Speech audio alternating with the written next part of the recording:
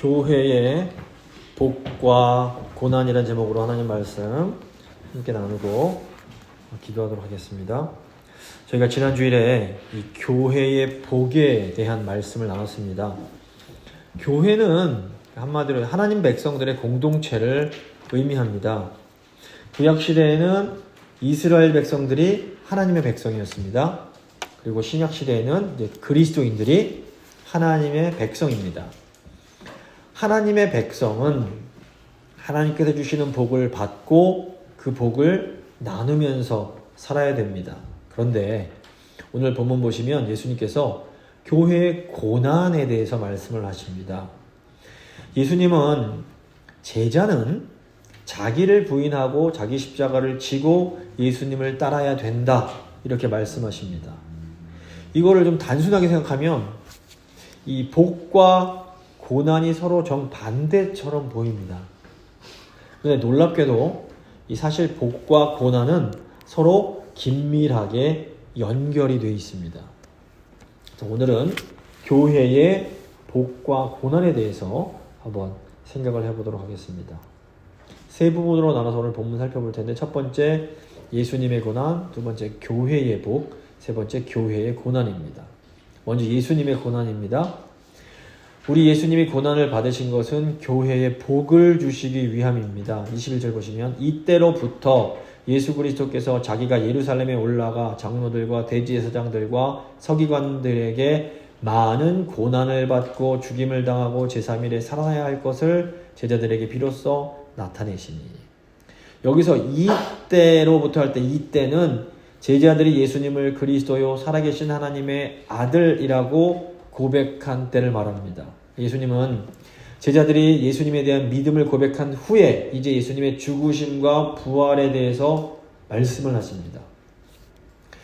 예수님께서 이 땅에 오신 것은 우리를 구원하시기 위함입니다. 요한복음 12장 47절 보시면 내가 온 것은 세상을 심판하려 함이 아니요 세상을 구원하려 함이로다 말씀하십니다. 근데 중요한 것은 예수님께서 우리에게 주시는 이 구원이 공짜가 아니라는 겁니다. 물론 우리 입장에서는 하나님의 은혜로 공짜로 구원을 얻습니다. 하지만 하나님 편에서는 결코 구원이 공짜가 아닙니다. 하나님께서는 우리에게 구원을 주시기 위해서 아주 값비싼 대가를 지불하셔야만 했습니다. 그래서 우리의 구원을 구속, 영어로 redemption이라고 부릅니다.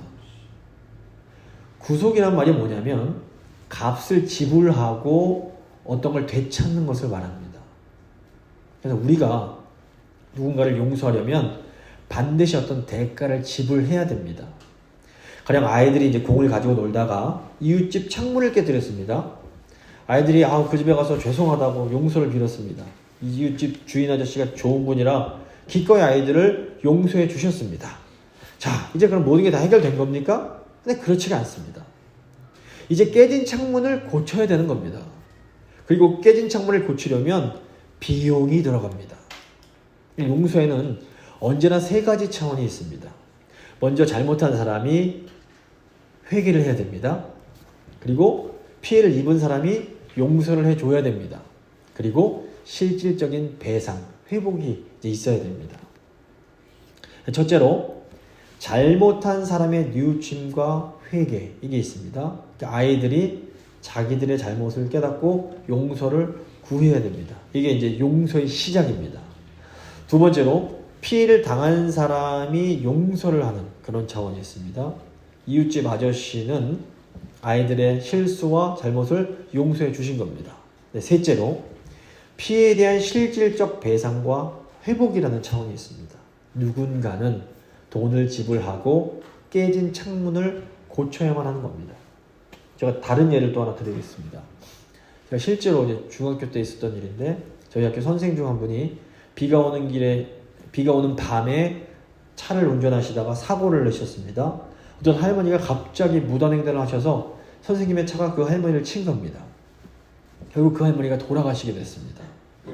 선생님께서 그 할머니 가족들에게 진심으로 이렇게 용서를 구하셨습니다. 또 할머니 가족들도 선생님을 용서하셨습니다.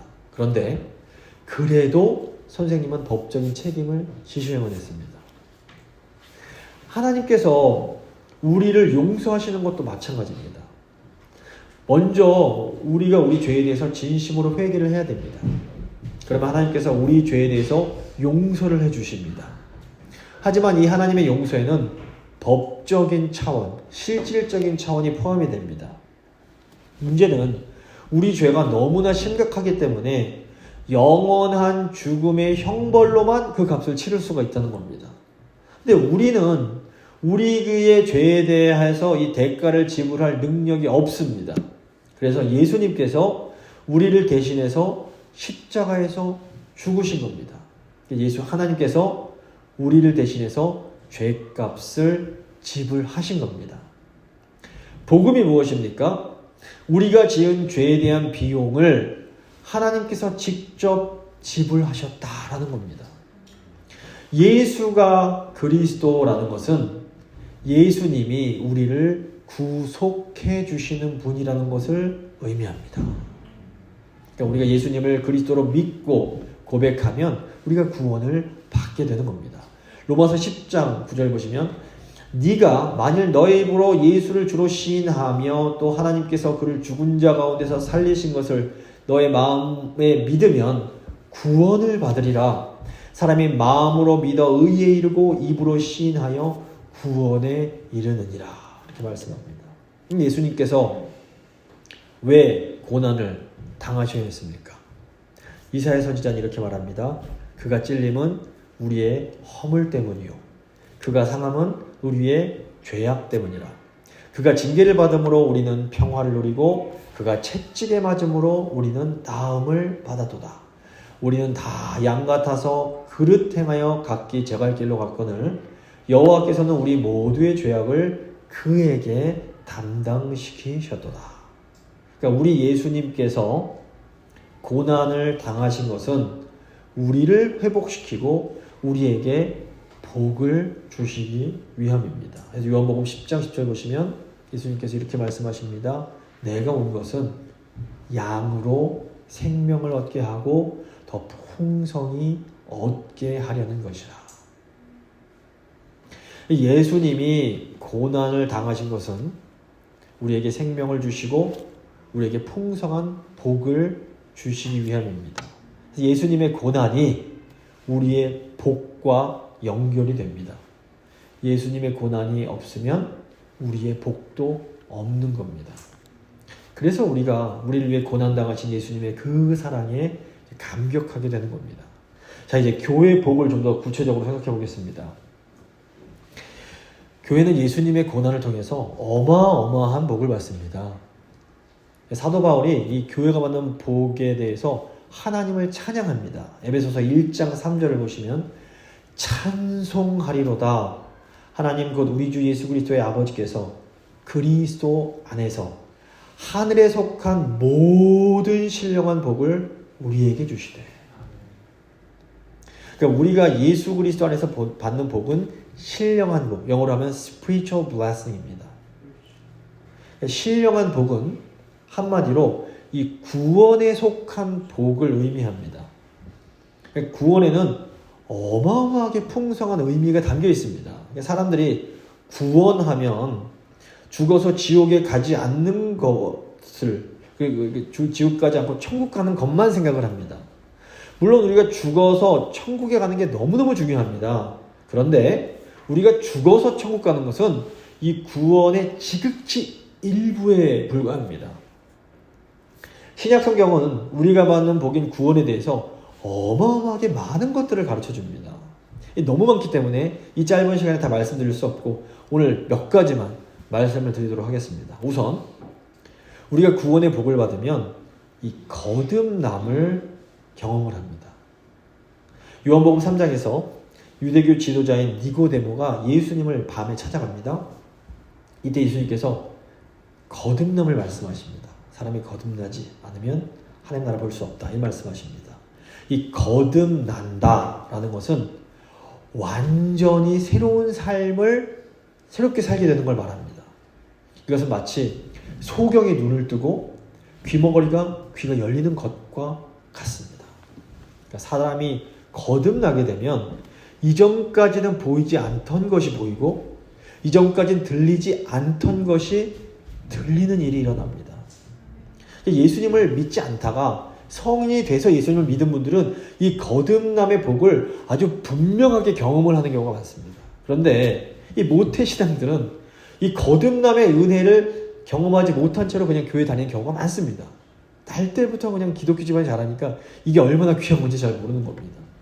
저도 모태신앙이라서 이 성령 충만함을 받기 전까지는 이 거듭남의 은혜를 잘 몰랐습니다.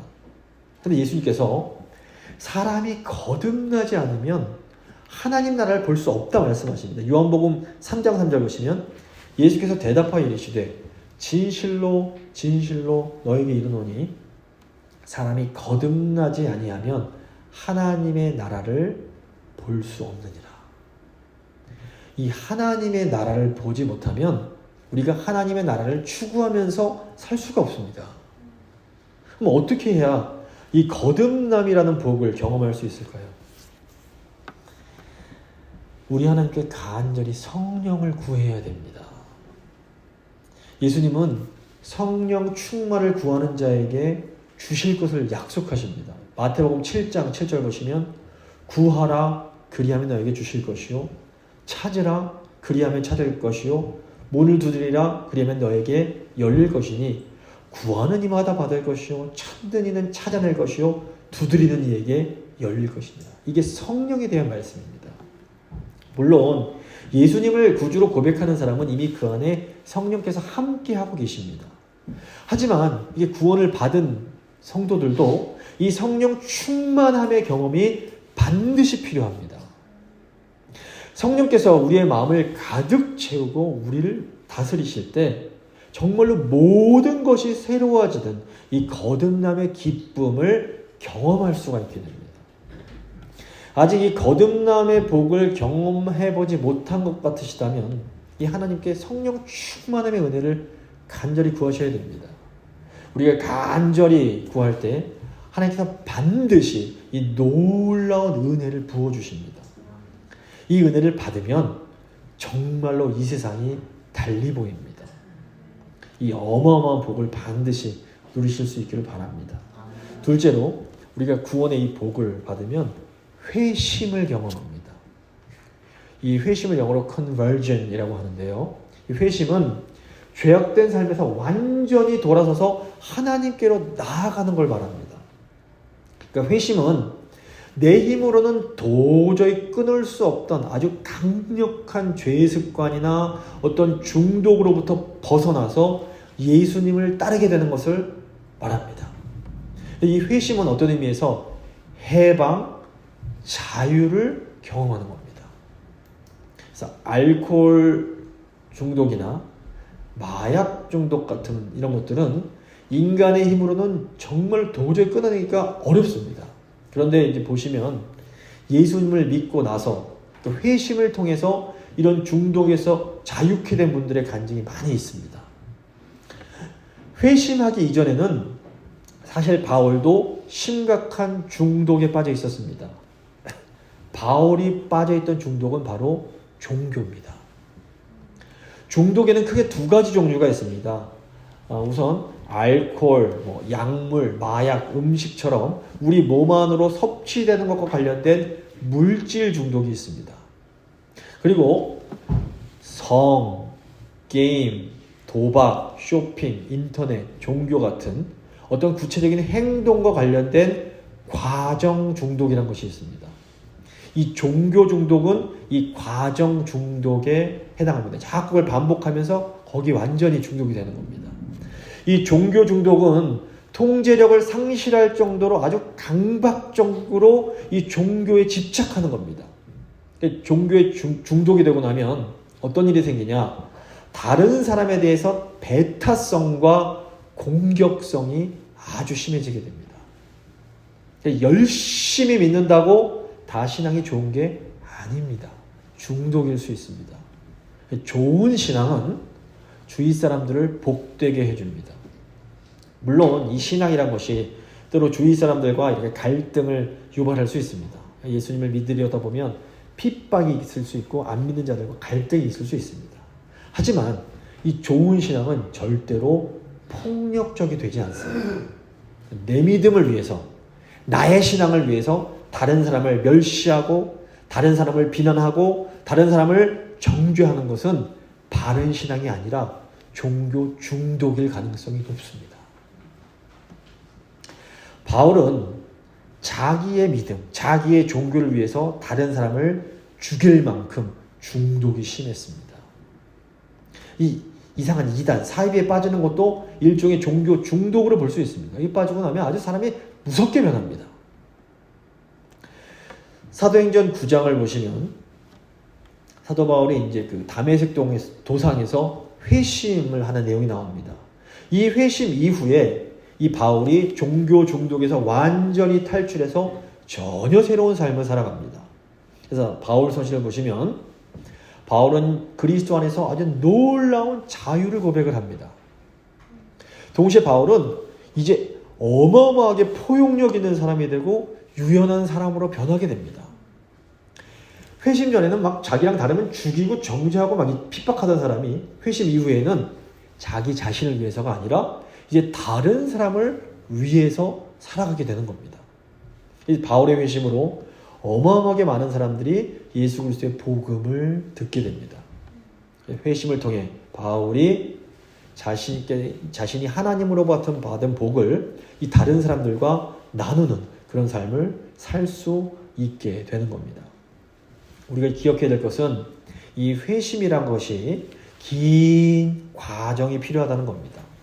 바울도 다메섹 도상에서 한번 아주 강렬한 회심의 경험을 했지만 이 체험 후에 또 오랜 기간에 걸쳐서 지속적인 회심을 경험하게 됩니다. 그래서 우리에게도 이런 회심의 체험, 한번 돌아섬의 체험이 반드시 필요합니다.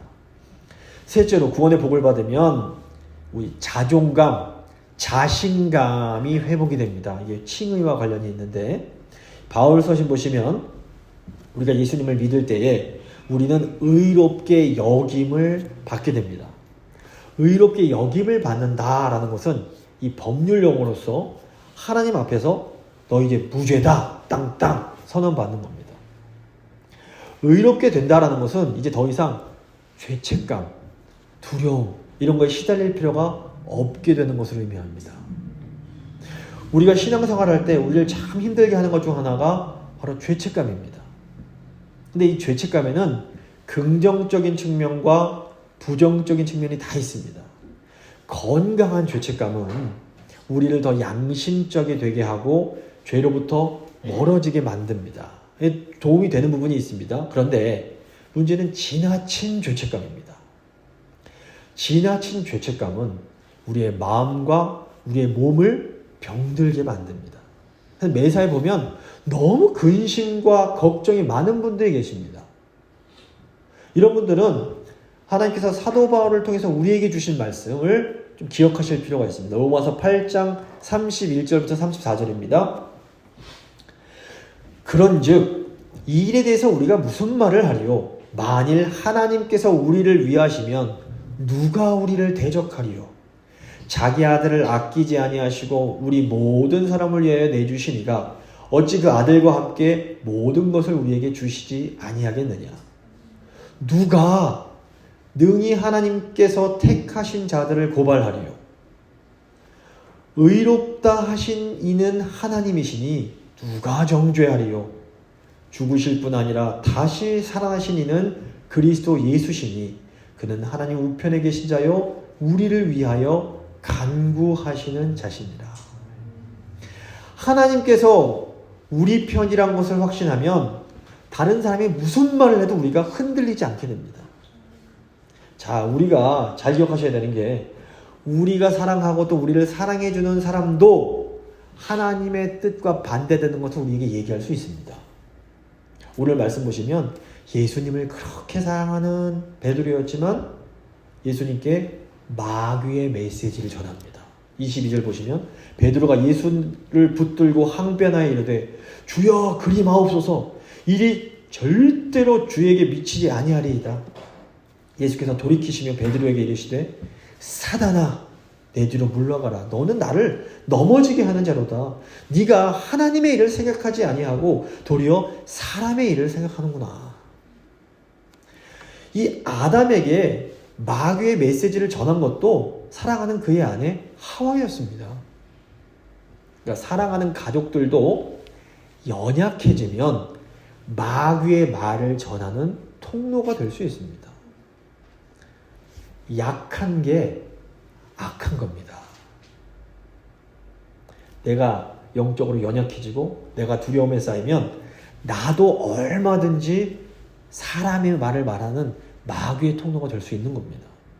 그래서 하나님께서 계속해서 우리에게 강하고 담대하라 말씀하시는 겁니다. 내가 먼저 주 안에서 강건해져야 됩니다.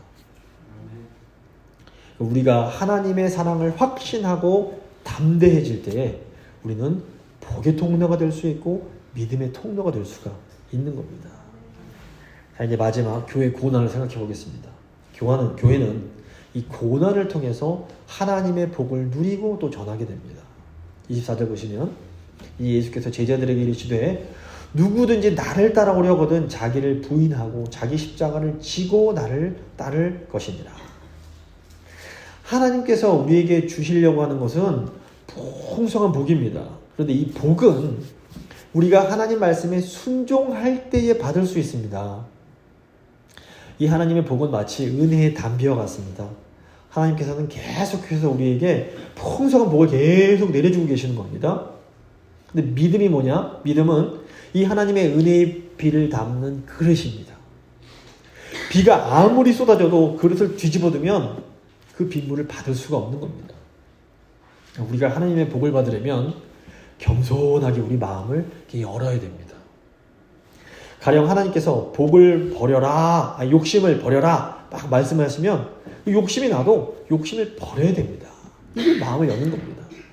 또 하나님께서 용서해라, 이제 그만 좀 용서해라 그러시면 힘들어도 이 용서하려고 마음을 뒤집어야 되는 겁니다. 그러니까 우리가 믿음으로 하나님 말씀에 순종을 하면 하나님이 막 주시는 그 복을 받게 됩니다. 근데 우리가 교만해서 이 순종이 안 되는 겁니다.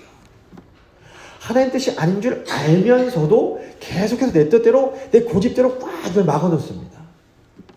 근데 하나님 뜻을 따르려면 내 뜻을 꺾어야 됩니다. 근데 이게 바로 예수님께서 말씀하신 자기 부인이요 십자가를 지는 겁니다. 자기를 부인한다라는 것은 나의 뜻을 꺾고 하나님의 뜻을 따라가는 겁니다. 근데 예수님께도 이 십자가 지는 일이 결코 쉬운 일이 아니었습니다. 그래서 예수님도 십자가 지시기 전날에 그냥 땀방울이 핏방울이 되도록 간절히 기도를 하시는 겁니다. 그러니까 우리가 이 내 자기를 부인하려면 예수님처럼 간절히 기도해야 됩니다. 믿음이 좀 어릴 때에는 하나님께 내가 원하는 걸 위해서 기도를 합니다. 이게 뭐 나쁜 건 아닙니다. 당연하고 자연스러운 겁니다. 그런데 믿음이 점점 성장해 갈수록 우리의 기도는 주님 제 뜻이 아니라 하나님 아버지의 뜻이 이루어지기를 원합니다. 이게 돼야 되는 겁니다. 사실은 이것이 주님께서 가르쳐 주신 기도의 주기도문의 핵심입니다. 근데 너무나 감사한 것은 하나님께서 우리가 이렇게 순종할 수 있도록 우리를 도와주신다라는 겁니다. 우리가 내 뜻대로 하려고 고집을 부리면 이제 성령님이 여러 가지 방법을 동원해서 우리를 겸손케 해주시고 우리 마음을 열게 하십니다. 가장 성령께서 하시는 말씀이 뭐냐면 말씀을 통해서 설득하시는 겁니다. 하나님께서 말씀으로 설득하실 때 우리가 겸손하게 마음을 여는 것이 이 지혜로운 삶의 비결입니다. 그래서 시편 1편 보시면 복 있는 사람은 주야로 하나님의 말씀을 묵상을 하는 겁니다. 그런데 우리는 사실 내 뜻을 고집할 때가 많습니다. 그러면 이제 성령께서 이 상황을 통해서 우리 마음을 열어주십니다. 때로는 그래서 우리가 원치 않는 어려움들이 우리가 당할 수가 있습니다. 그래서 하나님께서 이 요나 선지자에게 저 니느웨로 가서 말씀을 전하라 말씀을 하십니다. 이때 요나가 고집을 부리고 반대편 다시스로 가는 배를 타는 겁니다. 그러자 하나님께서 풍랑을 통해서 배를 막으십니다. 그리고 요나를 큰 물고기 뱃속으로 집어넣으십니다. 그제서야 요나가 다시 겸손해지고 하나님께 마음을 열게 됩니다. 근데 우리가 이 요나와 같을 때가 많습니다. 우리가 하나님이 아무리 말씀을 해주셔도 고집을 부릴 때가 많습니다. 그럴 때면 하나님은 우리에게 어쩔 수 없이 풍랑을 보내십니다. 이 풍랑이 하나님이 우리를 미워하셔서 보내시는 것이 절대로 아닙니다. 이 풍랑은 하나님이 우리의 마음을 열도록 하기 위해서 보내주시는 겁니다. 우리 마음이 하나님께 열릴 때에 우리는 참된 복을 받을 수가 있게 됩니다. 그래서 고난이 힘들지만 우리에게 유익이 되는 겁니다. 25절 보시면 누구든지 제 목숨, 제 생명을 구원하고자 하면 잃을 것이요 누구든지 나를 위하여 자기 생명을 잃으면 찾으리라. 사람이 만일 온 천하를 얻고도 제 생명을 잃으면 무엇이 유익하리요? 사람이 무엇을 주고 자기의 생명을 바꾸겠느냐? 하나님께서 고난을 통해서 우리에게 주시고자 하시는 것은 생명과 복입니다. 신명기 30장 15절 16절 말씀 보시면 보라 내가 오늘 생명과 복과 사망과 화를 너희 앞에 두었나니 곧 내가 오늘 너에게 명령하여 너의 하나님 여호와를 사랑하고 그 모든 길로 행하며 그의 명령과 규례와 법도를 지키라 하는 것이라. 그리하면 네가 생존하며 번성할 것이요 또 너의 하나님 여호와께서 네가 가서 차지할 땅에서 내게 복을 주실 것입니다. 우리는 순종을 통해서 이 생명과 복을 받을 수 있습니다. 그런데 우리는 이 고난을 통해서 이 순종을 배우게 됩니다. 교회는 고난을 통해 순종을 배워 하나님께서 주시는 복을 받는 겁니다.